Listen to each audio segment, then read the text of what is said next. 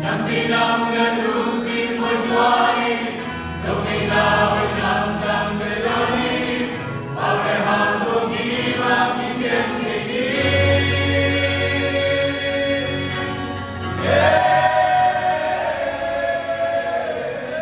Dẫu sáng dẫu đã cách đi,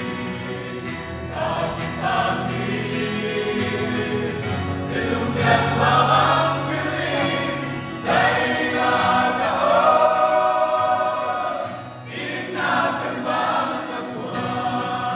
cả chân mà đi, em đi na nhé dẫu đi,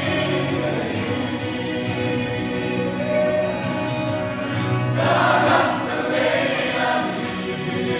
mà bằng lòng ta, dẫu dần càng xuân ta đi, hàng ngư ngân cha,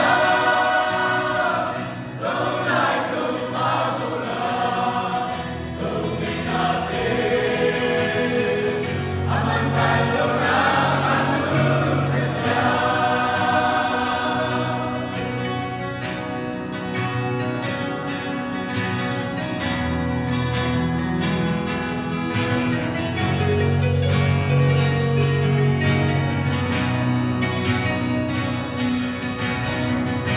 Lại dần dần đi về cây nhà càng càng ngày ngược về na nhận lại. Ta sống ta